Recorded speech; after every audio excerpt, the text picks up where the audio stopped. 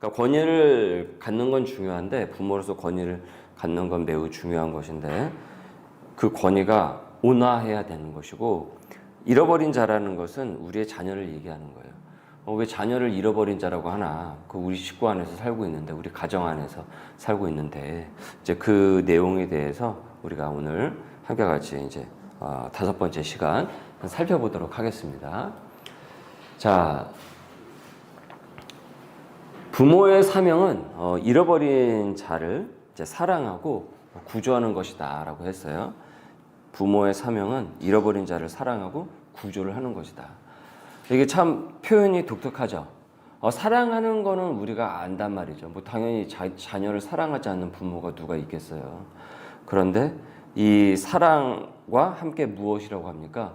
구조를 하는 거래요. 구조. 자녀를 구조를 한다. 이게 참 표현이 낯설기도 해요. 그런데 사실은 이게 되게 성서적인 의미예요. 성경적인 의미예요.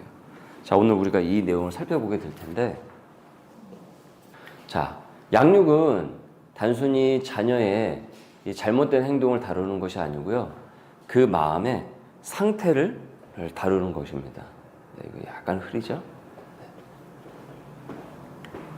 잘못된 행동의 표면적인 그 행동을 고치고자 하는 것이 아니고요. 사실은 그 마음에 있는 내면 세계의 그 상태를 다루는 거예요. 그러니까 이 양육에 대한 초점, 방점이 즉각적인 엄마가 아빠가 얘기를 하면 네 하고 수동적으로 받아들이고 기계적으로 받아들이는 그런 식의 그와 같은 행동을 너 이거 잘못했지. 그래서 그 대답을 우리는 얻어야 되잖아요. 빨리 그 시간 안에.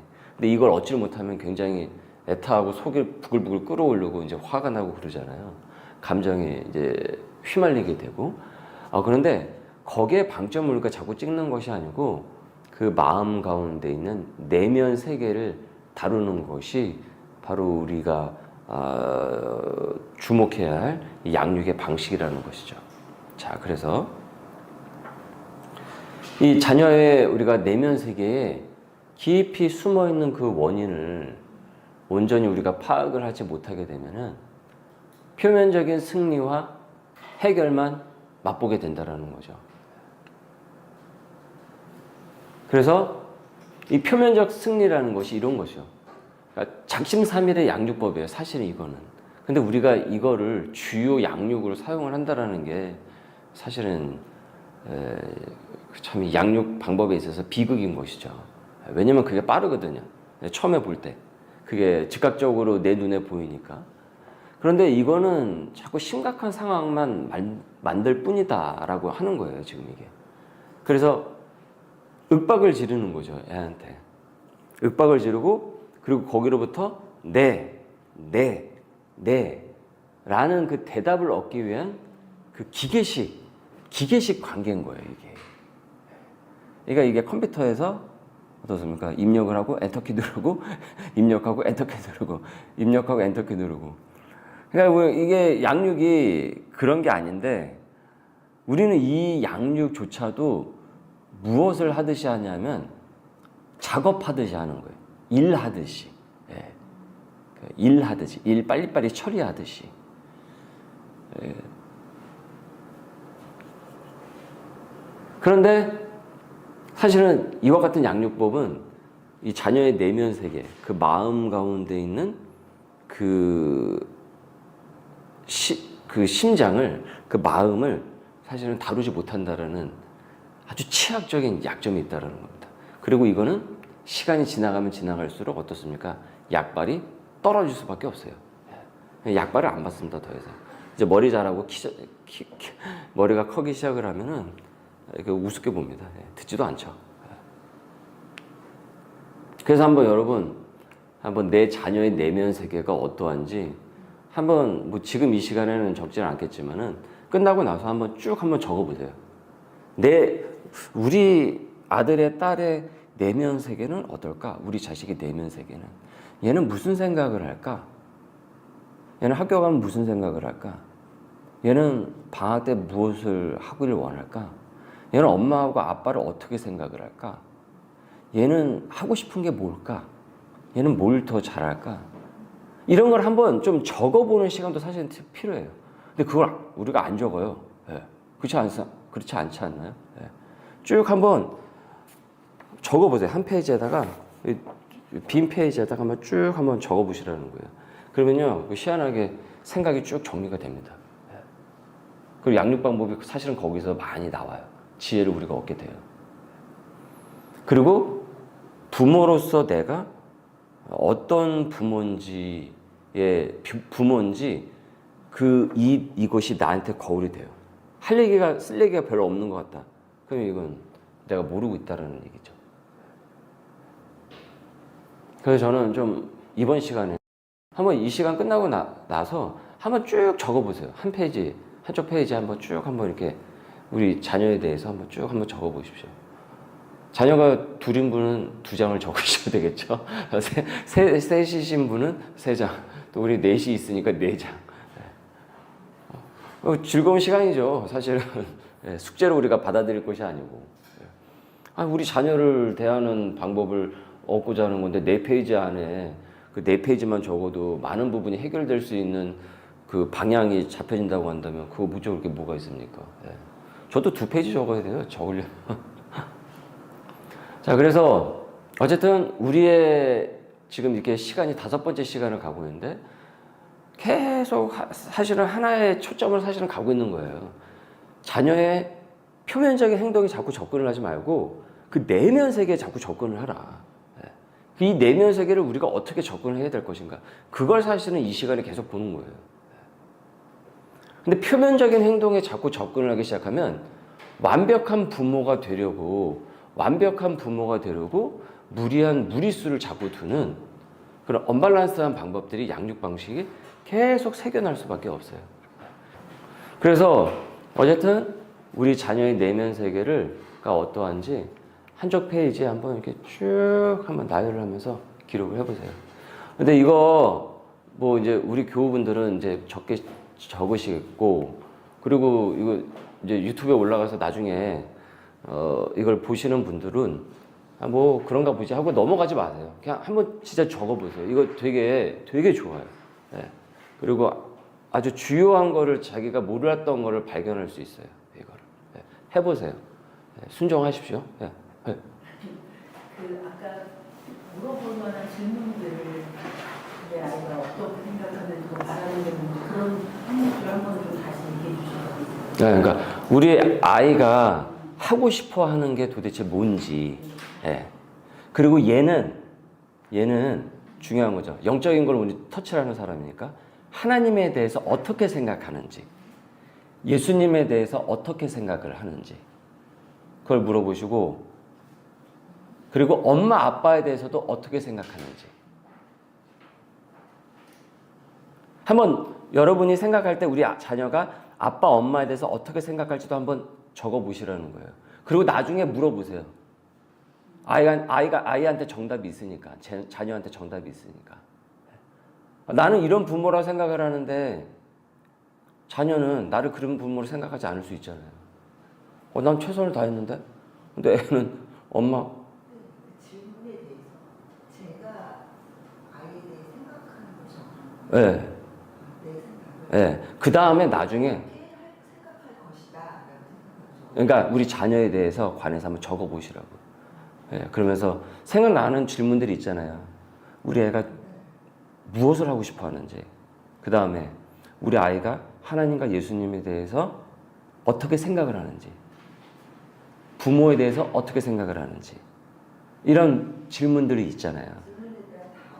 예, 한번 써보시오. 그리고 나중에 애한테 한번 물어보시라는 거죠. 애가 정답을 다 알고 있으니까. 그렇게 하면서 한번 보라는 거예요. 그래서 그 갭이 내가 쓴 페이지하고 애하고 이제 대면해가지고 애한테 나오는 대답하고 갭이 벌어지지 않으면 벌어지지 않을수록, 좁으면 좁을수록 내가 우리 아이의 내면 세계를 잘 내가 파악하고 있다라는 것이고, 이게 멀어지면 이렇게 다르다고? 이건 그만큼 내가 자녀에 대해서 모르는 거죠. 자녀를 모르는데 어떻게 양육 방식이 나오겠어요? 그러니까 여기저기서 들은 뭐 얘기로 자꾸 자녀를 추측하면 안 된다니까요. 예. 왜냐하면 애들이 다 다르잖아요. 획일적으로 대한민국 교육에 애들을 다 집어넣을 수는 없잖아요. 지금 또 고교 학점제로 바뀐다면서요. 대학식으로 해가지고 바뀌었어요. 예. 그러니까 그렇게 바뀐다면서요. 또 그러니까 그것만 계속 바뀌면 뭐 하겠냐고요. 지금 현행 교사들도 얘기하잖아요. 과목은 더 늘어나는데 전문성은 더 부족할 거고 이 교사는 어떻게 수급을 할 것이며. 그러니까 그 대학처럼 이렇게 자기가 선택 과목 해가지고. 근데 뻔하죠. 뭐 어쨌든 그 입시를 위한 그 편제에서 그 아래에서 그냥 바꾸는 것 뿐인데 들을 과목은 뻔해지는 거죠. 대학에 들어갈 것만 듣지. 누가 거기서 교양 과목을 들어요.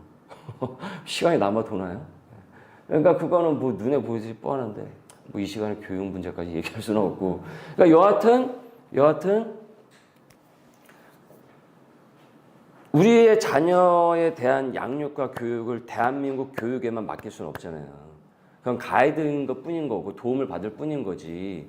거기에 전적으로 우리가 이렇게 했으면 잘 알아서 크겠지. 이렇게 생각하는 건 순박한 생각이잖아요. 걔네들이 가서 뭘 듣고 뭘 배울 줄 알고요. 친구들한테 뭘 배울 줄 알고요. 여러분 학교 가서 오히려 나쁜 거 많이 배워요. 그렇죠? 오히려 학교를 가서 친구들한테 나쁜 걸 많이 배워요. 담배를 학교에서 배우지 어디서 배워요? 안 그래요? 친구가 거기서 배우죠. 술 먹고 그런 거 나쁜 거 거기서 배우죠. 어디서 배워요? 부끄러운 얘기지만은 지금은 인터넷 시대지만은 제가 남자 중학교 나오고 고등학교는 남녀공학이었는데 그 반은 남자 반이었거든요. 남자 반이었는데 그때 60명이었어요. 저희 중학교 그 반 애들이 60명이었어요. 영동중학교 제가 나왔는데 60명이었는데 60명 거기서 북적북적 그 조그만 교실 안에서 있는데 별의별 일이 맨날 일어나지 않겠습니까? 거의 하루에 한 번씩은 싸움이 나는 학교였으니까 그 학교가. 예. 그리고 뭐 그때 당시 뭐 나쁜 비디오 막 돌려다 보고 막 애들께 막 그랬어요. 예. 그러니까 오히려 나쁜 것도 엄청나게 많이 배워요. 그러니까 지금 생각을 해보면은 야 이렇게 야생과 정글 같은 곳에 우리의 자녀를 거기에 놓고서 뭐 알아서 잘 크겠지라고 생각을 하는 게 얼마나 야 이거 위험할 수가 있었나 생각이 들더라고요. 그러니까 우리의 자녀의 내면 세계를 일단은 먼저 한쪽 페이지에 한번 쭉 적어 보시고 그리고 여러분이 적어 보시다 보면 떠올라요. 이게 떠오릅니다. 왜냐하면 자녀에 대한 생각이 있어요. 그 아이디어가 떠오르고 한번 쭉 적어 보시라고요. 그리고 한번 비교를 한번 해보세요. 애하고 물어보고. 그래서 갭 차이가 크면 크다. 갭 차이가 크면 크다. 그러면 반성하시고 회개를 많이 하시고 그리고 좁다 그러면 어느 정도 많이 그래도 우리 자녀에 대해서 내가 잘 파악하고 있다는 것이고요. 긍정적인 신호인 것이고 부정적인 신호가 오더라도 절망할 건 없죠.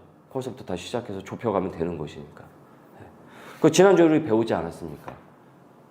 단번에 자녀를 바꾸려는 건 아니다. 양육은. 그래서 오히려 이것은 우리에게 복음이 된다라고 그랬죠. 시간이 있기 때문에 오늘이 실패했으면 어떻습니까?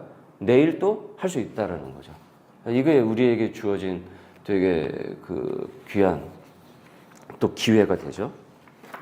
자, 그래서 우리 첫 제목이 이제 잃어버린 자를 구조하기 위해 온화한 권위라고 했잖아요. 자, 그래서 그 잃어버린 자의 의미를 우리가 보도록 할 텐데, 자, 우리의 자녀가 왜 잃어버린 자냐? 자, 이거 한번 보세요. 누가복음 15장에 보면은 이 세 가지 주제가 한 장에 다 나와요. 근데 각각 다른 이야기예요. 그런데 핵심 내용은 무엇입니까? 잃어버린 것에 대한 내용이에요. 예수님께서 이 말씀을 쭉 하시거든요. 한번 들어보세요. 잃은 양은 뭡니까? 목자가 양을 잃어버린 거죠. 이 양이 울타리 밖으로 나가서 헤매고 있는 거죠. 그래서 그 한 마리 찾기 위해서 어떻습니까? 목자가 계속 돌아다니죠. 그 한 마리 찾으려고 난리를 치면서 돌아다니죠. 그러면서 얘기하시죠. 아니 99마리가 있다고 하더라도 한 마리 잃은 양을 찾아야 되는 것 아니겠느냐 이 얘기를 하시잖아요. 그 잃은 양이 무엇입니까? 영혼에 대한 열망이잖아요. 갈망을 얘기를 하잖아요. 그 다음에 잃어버린 드라크마예요. 은전이에요, 은전. 예. 지금 금값 많이 올랐죠? 여러분 10년 전에 금 사놓으셨으면 지금 엄청나게 오른 건데. 예. 저도 할 말은 없습니다. 사놓지 않았기 때문에. 예. 근데 금값이 세계의 시세가 되잖아요. 전쟁에 나면 금이 제일 중요한 거잖아요. 자, 근데 금과 함께 무엇도 지금 올라갑니까? 은값도 올라가요.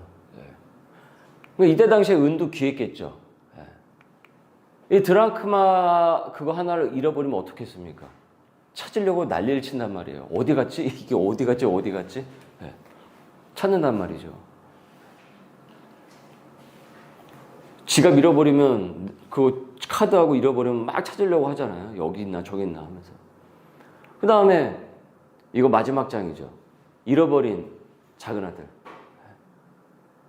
다시 명백히 얘기하면 사실은 이 작은 아들은 사실 도망간 거나 다름없죠.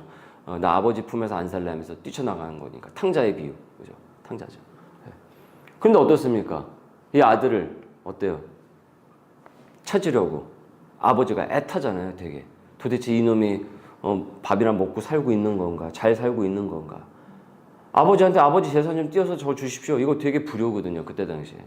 왜냐하면 당시에 유대 정서, 유대 전통에 의하면은 아들내미가 그렇게 하고 있다라는 건 아버지 빨리 돌아가세요. 아버지 빨리 죽으세요. 그래서 나한테 재산 빨리 넘겨주세요. 이런 매우 아주 불효 막심한 일을 저지른 거예요. 그러고서 나간 거예요, 사실은. 그런데 어떻습니까? 그 애비가, 이 아들내미 어떻게 살고 있는지 그거에 대해서 굉장히 애타하잖아요. 그리고 어떻게 해요?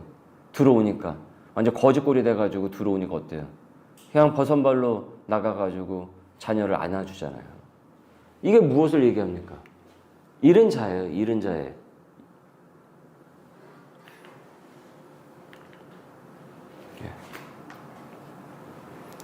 이 얘기는 무엇을 얘기합니까? 양은 누가 필요해요? 누가 필요한 겁니까? 목자가 필요해요. 양은 목자가 없으면 안 돼요. 반드시 목자가 꼭 있어야 돼요. 양은 스스로 살아갈 수가 없어요. 근데 양이 지가 스스로 살아갈 수 있다라고 생각을 하니까 뛰쳐나간 거예요. 그럼 뛰쳐나가면 뭐가 되겠어요? 늑대밥밖에 더 되겠어요? 굶어 죽거나. 양은 절대 혼자 살아갈 수가 없어요. 같이 살아가야 돼요. 목자가 필요하다. 양은 그리고 어떻습니까? 두 번째 특징이죠. 자주 방황해요.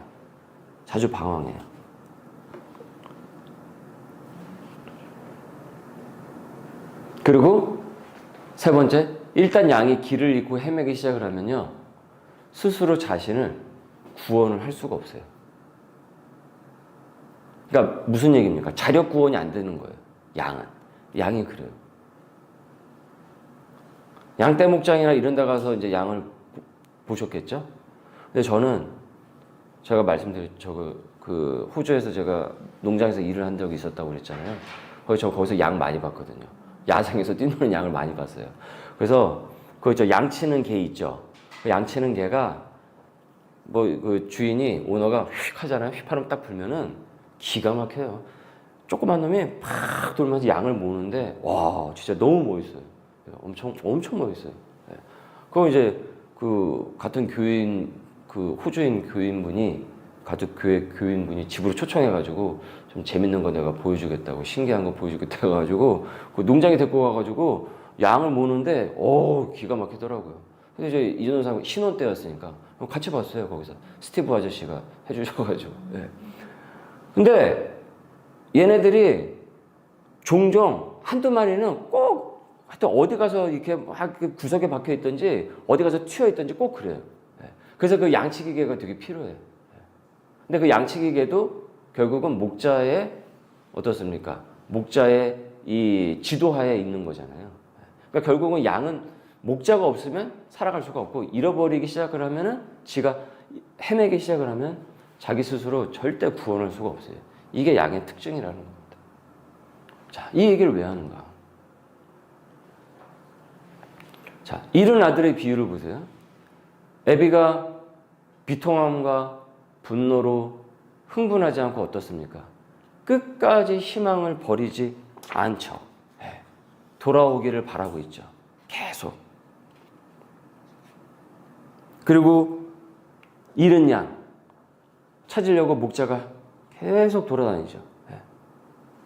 그리고 잃은 드라크마 그거 찾으려고 계속 애를 쓰죠. 이 비유가 뭐냐면 애비는 하나님 아버지를 얘기하는 거예요. 그리고 잃어버린 양 아들 드라크마는 바로 우리예요. 근데 이게 양육이라는 거예요. 자녀는 결코 스스로 혼자 살아갈 수가 없어요. 반드시 부모의 무엇이 필요합니까? 양육이 필요해요. 그래서 양이잖아요. 양육. 그 양은 아니겠지만 그래서 양육이잖아요. 마찬가지로 우리도 어떻습니까? 인간은 하나님 아버지가 없으면은 반드시 인생에서 방황을 할 수밖에 없어요. 세계관에 방황을 한다니까요. 아시잖아요. 우리 교우분들은 다 아시잖아요. 인간은 하나님이 없으면 방황할 수밖에 없어요. 이게 맞나 저게 맞나. 그러다 인생 시간 다 가는 거예요. 그래서 하나님을 빨리 만나면 빨리 만날수록 축복인 것이라는 것이 바로 거기에 있는 거죠.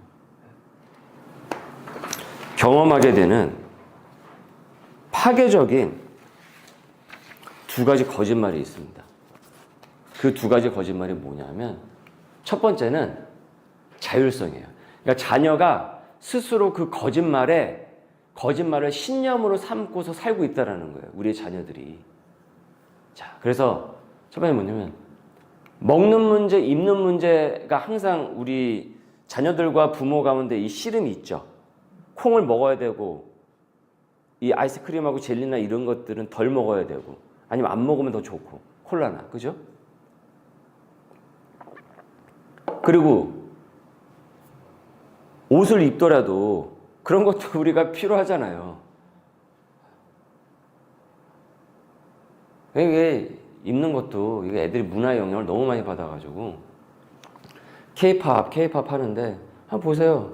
10대 되는 아이들 기획사에서 거의 다 벗겨놓고 앞에서 해서 이게 K-팝이니 춤을 완전히 선정적으로 하고서 그 아이들의 유튜브 타고서 아이들 머릿속에 다 박히는 거예요. 그리고 그렇게 입고 싶어 하겠죠. 그리고 그렇게 입는 것이 되게 잘 나가는 것 같이 생각을 하겠죠. 그리고 그것에 대해서 부모가 아니야 라고 얘기하면 어떻습니까? 받아들이기 어렵죠. 왜 그럴까요? 자율성이 있어서 그래요. 아이들 안에 이 거짓말적인 자율성이 있어요. 그래서 조그만 녀석이 화를 못 참아가지고 막 부들부들 하잖아요. 지 맘대로 하고 싶은데 막 무슨 나라 잃은 사람처럼 그거 못 하겠다고 가지고 자기의 방식대로 할 권리를 가지고 있다고 믿기 때문에 그런 거예요. 왜 그러느냐? 우리 애만 더 이상해서 그러냐? 그게 아니라니까요. 원래 인간은 가려요. 인간은 그렇습니다. 그래서 인간의 내면 세계에는 어떻습니까? 자기 소견대로, 자기 마음대로, 자기 마음껏 해도 된다라는 권리가 있다라는 그 거짓 세계가 있다니까요. 그 안에. 우리가 이것을 잘 간파할 수 있어야 됩니다. 왜 그럴까요? 우리 첫 번째, 두 번째 시간에 배웠죠. 자녀는 무엇이기 때문에? 죄인이기 때문에 그렇죠. 이 사랑스러운 자녀로만 생각을 하니까 우리가 자꾸 놓치게 되는 거죠. 자녀도 죄인입니다. 자녀도 죄인. 저도 죄인이죠. 우리도 죄인이잖아요. 근데 왜 자녀는 어휴 이렇게 이쁜 죽겠네. 왜 이쁜 새끼로만 생각을 하냐라는 거죠. 걔네들도 죄인이에요. 그래서 가만히 놔두면 죄인처럼 자라갈 수밖에 없어요. 그래서 사사기의 마지막 장이 무엇으로 끝납니까? 사사기의 마지막 장이 자기 소견대로 행했더라 라고 이렇게 끝나죠. 그게 사사기의 마지막 장의 마지막 구절이에요. 그 거짓에 당시 이스라엘 백성들이 다 몰두해 있었던 거예요. 근데 결국 그것이 무엇입니까? 자신들의 영혼을 망치고 가정을 망치고 결국은 국가를 위기 가운데까지 몰아넣게 되죠. 국가라는 것은 가정의 군집체니까 가정이 모여야 국가가 되는 거잖아요. 그러니까 가정이 흔들린다라는 것은 결국은 국가가 흔들린다라는 거예요. 지금 뭐 우리나라 뭐 제조업이 안 된다, 뭐 삼성전자가 뭐 이렇다 저렇다 얘기하는데 실제 여러분 우리나라의 가장 큰 문제는요 가정의 문제가 커요. 우리 자녀 가운데서 이것저것 여러 정보들과 이런 것들을 막 접할 수밖에 없고 지금 우리 사회도 사실은 가정의 위기가 너무 많아요. 그래서 사실은 교회 사역이 사실은 가정을 세우는 것에 사실은 지금 21세기는 매우 주요한 중점으로 다뤄야 돼요. 근데 결국 저는 교회 사역이 온전한 하나님 나라의 가정을 세우는 것이 결국 그것이 애국과 연결된다고 봐요. 그렇지 않습니까? 이 나라의 복음화하고 연결된다고 봐요. 시간은 오래 걸리겠죠. 그러나 시간이 오래 걸리는 만큼 밑둥은 더, 뿌리는 더 단단해지게 될 것입니다. 그래서 우리 소명의 교회도 사실은 여기에 많은 집중을 해야 됩니다. 이 주제를 놓지 않고 계속 가야 되고 우리 주일 예배 끝나고 또 뭐 우리 소그룹을 통해서도 이런 부분들이 계속 원활하게 얘기가 나오고 또 이를 위해서 기도를 하고 그렇게 해서 건강한 하나님 나라의 가정을 계속 만들어가는 것 그리고 이 주변에 예수님을 모르는 가정들에게 이와 같은 하나님 나라의 가정을 알려주는 것 이거 우리 교회의 역할이라는 거죠. 그래서 우리 부모님들은 이게 보이지는 않아요. 이게 눈에 잘 보이지는 않는데 이렇게 실물처럼 물이나 이렇게 컵처럼 이렇게 종이처럼 보이지는 않지만 자녀의 깊은 마음 속에 있는 그것과 어떻습니까? 사실은 매일 영적인 싸움을 해야 되는 거예요. 참 어려운 싸움을 하는 것이죠.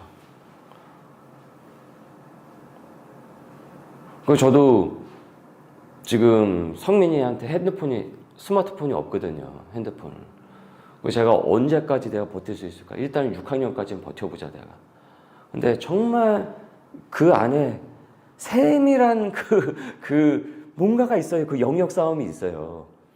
얘가 친구들은 다 갖고 있는데 갖고 있지 자기는 없는 것에 대한 이 허한 마음을 달래줘야 되는 그 부모의 있고 저도 이해가 가죠. 다 갖고 있는데 쉬는 시간 되면은 그걸로 다 이걸 하는데 지만 안 하고 있는데 지만 멀뚱하고 있는데 저도 애비로서 그게 안타깝지 않았겠어요? 저도 쪼랭이 빚을 내서라도 아이패드 좋은 거 하나 사주고 싶어요. 저도 부모의 심정이 그래요. 근데 그게 애한테 좋은 게 아니라는 걸 제가 알고 있으니까 제가 그걸 못하는 거예요. 하은이도 6학년 때 사줬어요. 6학년. 그것도 코로나 때문에 어쩔 수 없이 사준 거예요. 지금 핸드폰 쓰고 있는데 스크린 타임으로 제가 참 조절해요. 그러니까 얼마나 어려워요. 두 번째는 무엇입니까? 아이들 안에 내면 세계에 있는 것이 자부심이라는 거짓말이 있다. 죄송합니다. 제가 지금 목이 굉장히 가라앉아서 주일서부터 자기에 대해서 소위 요새 애들 말도 있죠. 시쳇말로 자뻑이라고 하죠. 지가 되게 잘난 줄 알고 있어. 지가 하면 되게 지 말이 맞는 줄 알고 착각하고 있어. 웃기고 있어 아주 그냥. 그렇다니까요. 그래서 자기가 얕고 좁은 식견으로 세상을 자꾸 살아가요. 근데 이렇게 세상을 살아가다가 나중에 된통 당하죠. 어디서 당합니까? 사회 나가서 얻어맞는 거예요. 사회에서 사회생활하면서 깨닫게 되는 거예요. 이리 맞고 저리 맞으니까. 그래서 제가 종종 그런 얘기를 해요. 다 큰 자녀를 둔 부모님들이 이제 너무 자녀에 대해서 걱정을 하면 냅두세요. 너무 지금 잔소리한다고 듣지도 않은데 사회 나가면 사회가 가르쳐줘요. 제가 종종 그런 얘기를 할 때가 있어요. 그래서 부모의 지혜를 어떻습니까? 좀처럼 받아들이질 않아요. 그리고 완벽하게 독립적으로 그 누구의 도움도 없이 살아갈 수 있다라고 생각을 하는데 결국 그런 존재는 우리가 잘 알고 있듯이 없죠. 그러니까 이런 두 가지의 거짓말이 어떻습니까? 우리 자녀 내면 세계 안에 있다라는 거예요. 근데 이게 신념처럼 우리 자녀 안에 있어요. 그래서 여러분 양육이 이것을 상쇄하고 부모의 아름답고 온화한 권위를 세워가는 것이 필요한 거예요. 그 과정이에요, 사실. 그래서 너무 중요한 내용을 지금 우리가 하고 있는 거죠. 자, 그래서 잃어버린 자를 위한 바른 권위가 있어야 된다. 잃어버린 자를 위한 바른 권위. 모든 사람은 여러분 죄인입니다. 따라서 권위에 복종하는 것은 실은 인간에게 있어서 매우 부자연스러운 일이에요. 그것은 우리의 자녀에게도 마찬가지입니다. 그건 당연합니다.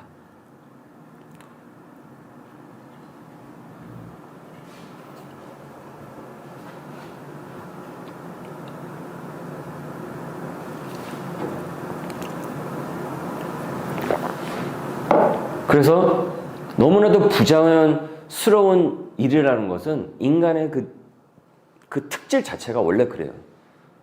아이고, 우리도 그렇지 않습니까? 여러분, 우리도 그렇게 하나님 말씀 보지만 그 말씀대로 따라가고 싶어 하지 않을 때가 많잖아요. 예. 내 본성이 그걸 자꾸 어기잖아요. 사도 바울이 얘기를 하잖아요. 내가 죄인이다. 죄인 중에 가만 보니까 괴수다. 내가 원하지 않는 거를 자꾸 행하고 있더라. 우리의 자녀도 그렇다라는 거죠.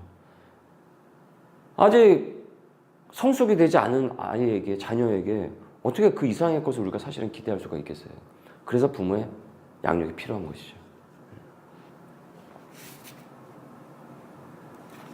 그래서 잘못된 이 권위를 사용할 때가 있는데 우리가 이것을 잘 주의하고 피해야 되는데 먼저는 강압적인 거죠.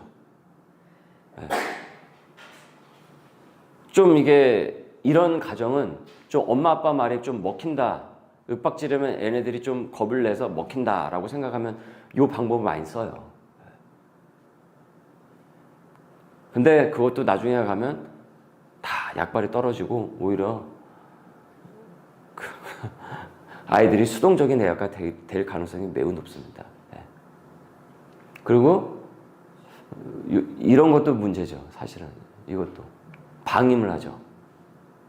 이게 어느 순간 자율적, 창의적이 이게 잘못 우리가 이 맥락을 잘못 파악을 해가지고 자율과 창의를 방임으로 착각할 때가 있어요.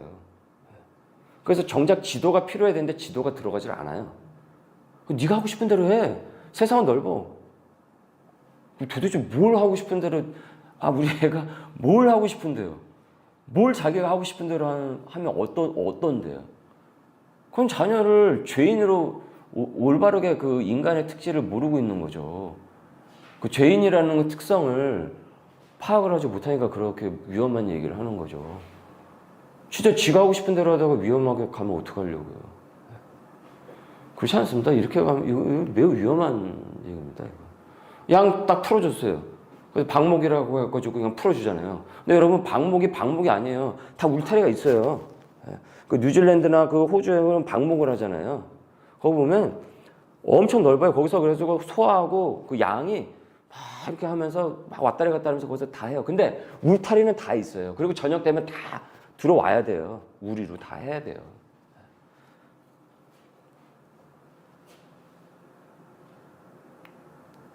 이렇게 하다 큰 이제 아이들이 굉장히 자율적 사고가 아주 다르게 자라갑니다. 근데 우리가 균형 잡힌 부모로 우리 이제 초점을 맞춰야 되겠죠. 생각을 존중을 하긴 하지만은 어떻습니까? 이것이 부모가 볼 때 아니다 싶을 때는 어떻습니까? 이런 이유로 이렇게 하는 것이 좋겠다라고 방향을 항상 우리는 제시를 해줄 수 있어야 된다는 거예요. 다만 방향을 제시를 해주는데 스타일이 이런 식의 스타일로 가서는 곤란하고 약발이 잘 먹히지 않는다. 나중에 가서는.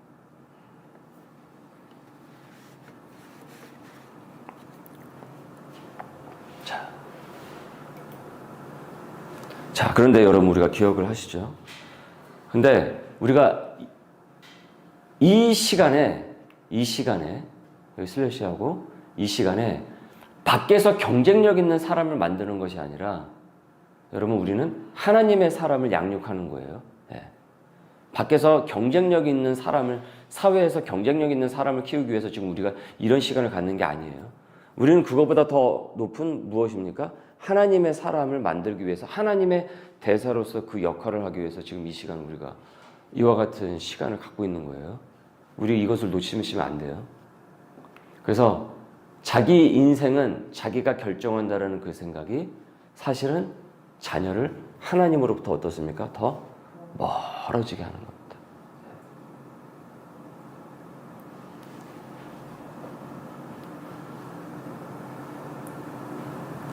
그래서 자녀를 향한 복음이 매우 중요하다.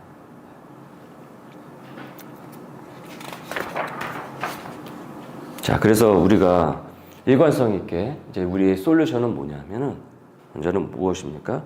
잃어버린 자에게 필요한 것은 무엇이라고 했어요? 여러분 복음을 가르치셔야 돼요. 영어, 수학 중요하죠. 중요하죠. 그런데 여러분 내면 세계를 먼저 터치를 해줘야 돼요. 근데 그 내면 세계를 터치할 수 있는 것은 세상적인 철학이 아니에요. 야, 책 많이 읽어. 이것저것 많이 읽어. 근데 여러분 아세요? 애들이 보는 위인전 그 책들도요. 그 애들이 보는 그 전집들 있잖아요. 여러 세계관을 다 갖고 있어요. 거기에 별의별 세계관이 다 짬뽕처럼 다 들어가 있어요. 오히려 책 많이 읽으면 애들 혼란스러워질 수도 있습니다. 복음의 토대 위에서 책을 읽어야지 책만 무조건 주구장창 읽는다고 해가지고는 정신이 나가버리는 애가 될 수도 있어요. 그러니까 결국은 우리에게 무엇이 필요합니까? 복음이라는 것이 필요하다. 아이들에게 복음을 여러분 가르쳐 주셔야 돼요. 그래서 일관성 있게 가르치셔야 돼요. 일관성이 있으셔야 돼요. 그래서 하나님의 사랑과 권위는 여러분 어떻습니까? 충돌하지 않아요. 그리고 우리는 감정으로 대하는 것이 아니라 하늘의 지혜로 우리의 자녀를 대할 수 있어야 된다. 그러려면 먼저 우리가 복음의 사람이 되어야죠. 부모가. 우리가 복음의 사람이 되지 못하는 상황에서 어떻게 우리가 복음을 일관성 있게 확신 있게 우리가 전할 수가 있겠습니까? 이 일관성은 복음에 대한 확신이 있는 사람이 일관성 있게 얘기할 수 있어요. 복음에 대한 확신이 없으면 신념이 없으면 이 일관성은 온전히 드러날 수가 없습니다. 드러나지가 않습니다. 그래서 예수 그리스도를 전수를 하셔야 된다. 예수님의 삶과 죽음, 십자가, 부활. 나는 그것을 얼마나 자주 설명을 하고 얘기를 하느냐라는 거죠. 그러니까 틈이 있다고 한다면은 언제든지 이 내용을 아이들에게 해줄 수 있는 게 매우 좋다라는 겁니다. 그리고 말씀드렸죠. 우리 자녀에게 머리를 얹고 기도를 해주는 것이 매우 중요하다. 부모는 그렇게 해줘도 된다라고 했죠. 처음엔 어색해 하잖아요. 처음엔 어색하는데 계속하면은 좋아해요, 아이들이. 그래서 마음껏 자녀들을 축복을 해주시라는 거죠. 그 기도를 먹고 자랍니다. 반드시 자랍니다. 저도 아버지 중학교 2학년 때 돌아가셨을 때 말씀드렸잖아요. 그쪽 지금이 뭐 거기 양재천이 양재 시민공원이 개발이 돼가지고 카페 거리가 쭉 됐는데 얼마 전에도 제가 갔다 왔는데 거기서 밥 먹고 왔는데 거기 옛날에 뭐 그냥 완전 시골이에요. 시골 바닥이었어요. 그럼 주변에 친구들하고 뭐 제 주변에 있는 아이들 보면은 제가 아주 그냥 격길로 나가기에 굉장히 좋은 환경이었어요, 사실은. 근데 이제 어머니가 열심히 기도를 하시니까 그리고 교회를 또 열심히 다니시면서 그런 모습을 보이니까 저하고 동생하고 그 친구들이 가까이 있어도 그렇게 못하는 거예요, 제가. 네. 그렇게 하지 마라고 한 적도 없으세요, 우리 어머니는. 근데 그 기도하는 모습이 자꾸 아른거리니까 그게 안 되더라고요, 제가. 네. 그러니까 결국은 하나님께서 우리의 가정 가운데서 그렇게 인도해 주신 것이죠. 그리고 누차 말씀드리지만 자녀들이 하나님을 인식을 하잖아요. 그럼 부모 양육이 되게 편해져요. 신경을 훨씬 덜 쓰시게 될 겁니다. 그렇지 않나요? 동의하시죠? 네. 아니 우리 자녀가 하나님을 아는데 자녀가 하나님을 아는데 곁길로 막 나갈 수 있어요? 네. 엉터리로 살려고 막 하겠어요? 아니죠. 가다가도 다시 제자를 찾죠. 하나님을 의식을 하니까.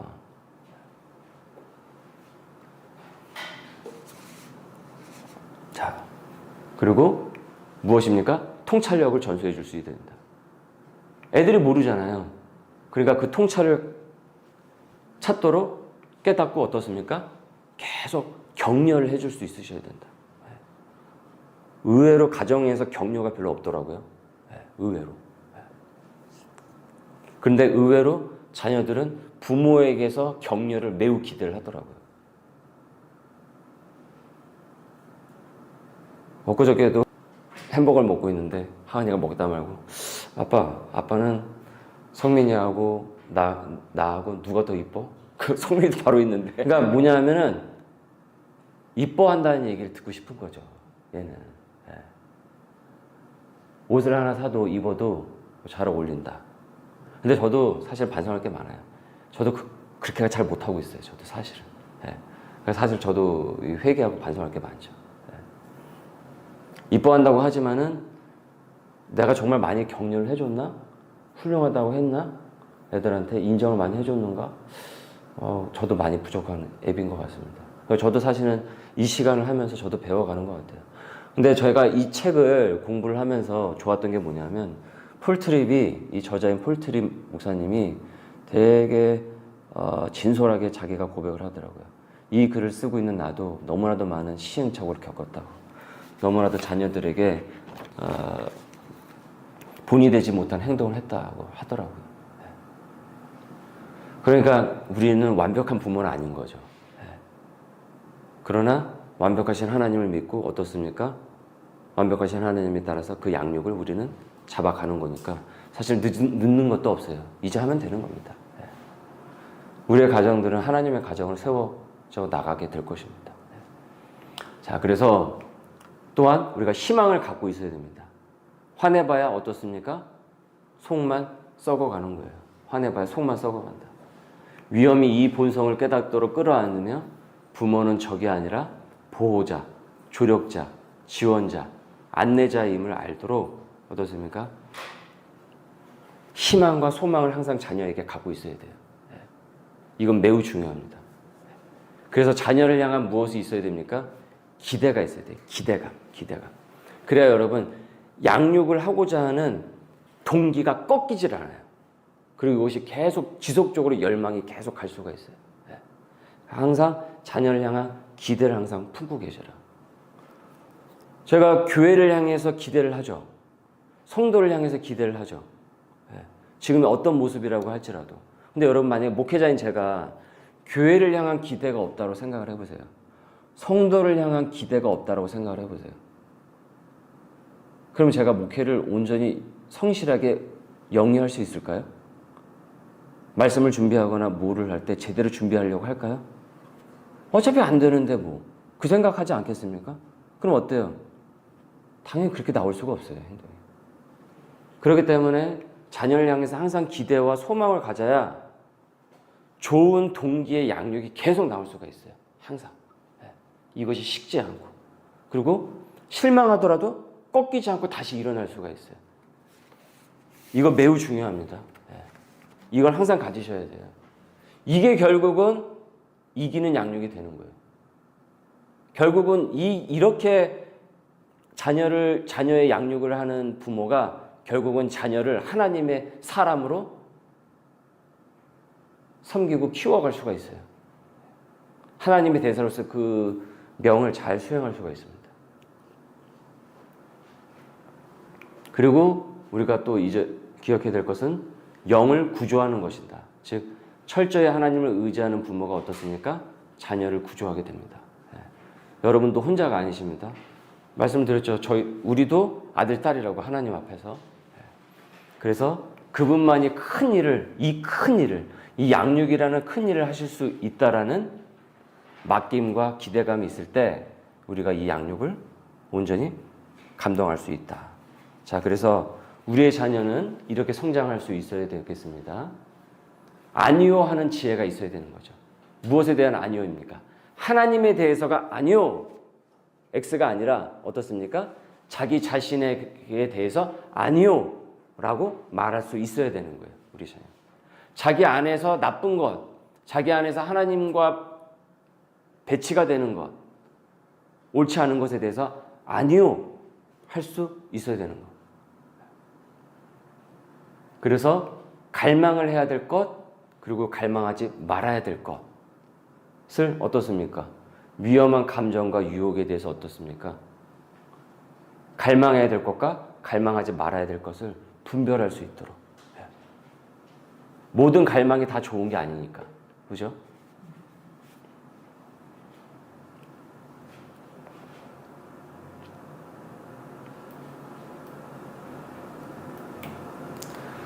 자, 그래서 마지막입니다.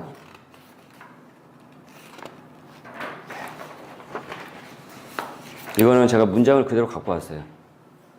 자, 그래서 여기서 우리가 꼭 전체적으로 우리가 기억해야 할 핵심은 무엇일까요?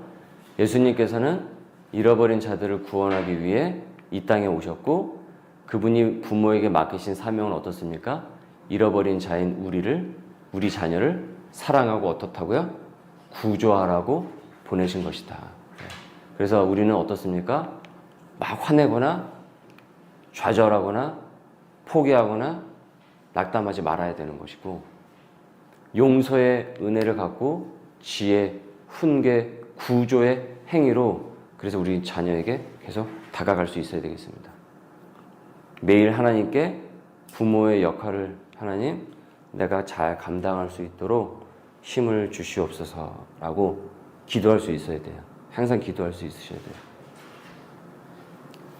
그래서 하나님께서 우리를 포함한 모든 사람 그리고 자녀의 마음속 깊은 곳에서부터 변화를 일으키시게 될 것입니다.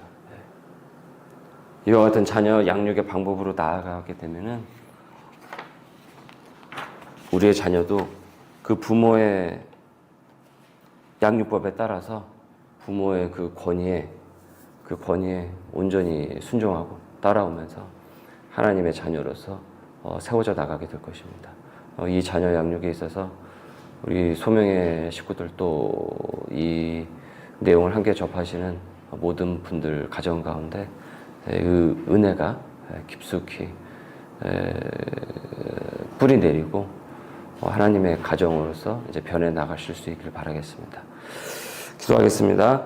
하나님 감사합니다. 오늘도 우리에게 귀한 또 이 시간을 허락하여 주시고 잃어버린 자를 구조하기 위해 온화한 권위를 가질 수 있는 참된 부모가 될 수 있도록 역사하여 주시옵소서.